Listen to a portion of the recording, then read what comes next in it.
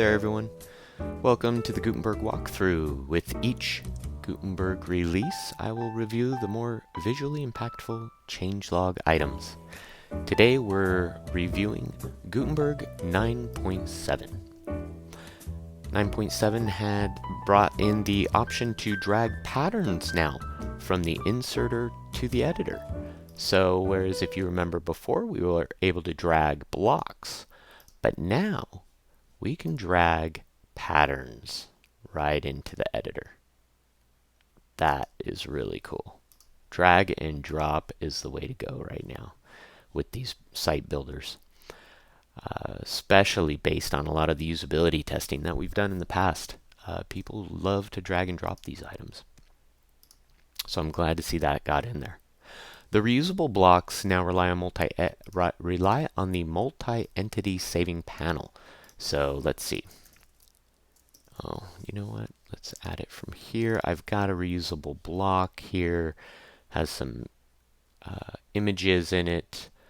Let's see. If I delete one, notice in the past, it would have me save, or I had to click edit to get into the reusable block to edit it. Now I could just click right in, make any change that I want, and notice I have a little dot next to the publish button now.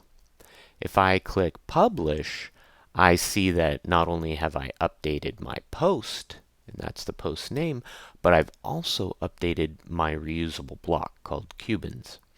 So that's an interesting path to go down now. We're getting more use out of this multi-entity saving panel, which is really good since this is going to be a huge part of full site editing, informing the users about what they've changed and how their change impacts other elements on their site, other pages on their site.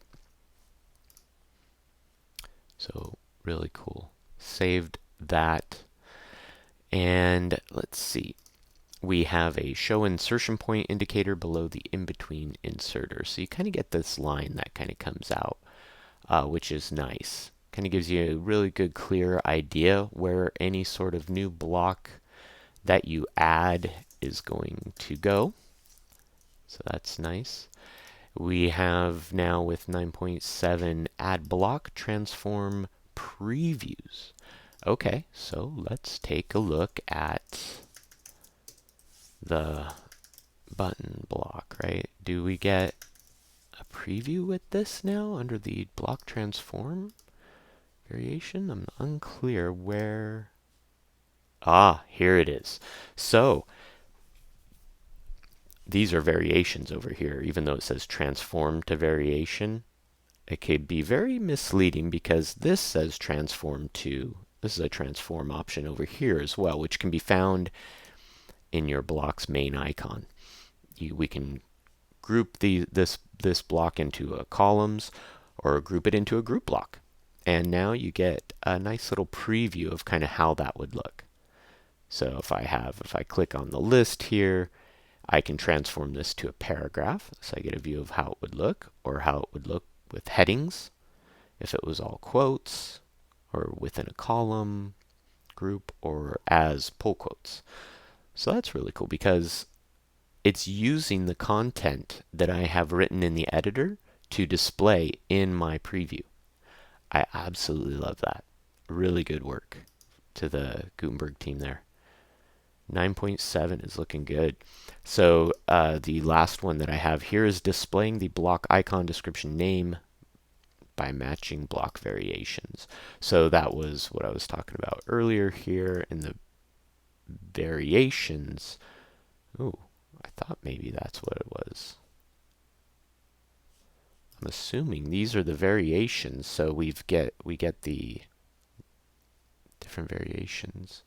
Let's take a look at that one real quick. Display the block icon. So if I jump into, oh, this is in the code editor. It looks like I'll be able to see some of these variations. So say I go to vertical for the buttons block. I'm going to jump over to the code editor, and I should be able to jump down Is this right? WP block button link. Huh, no, oh, reference 9.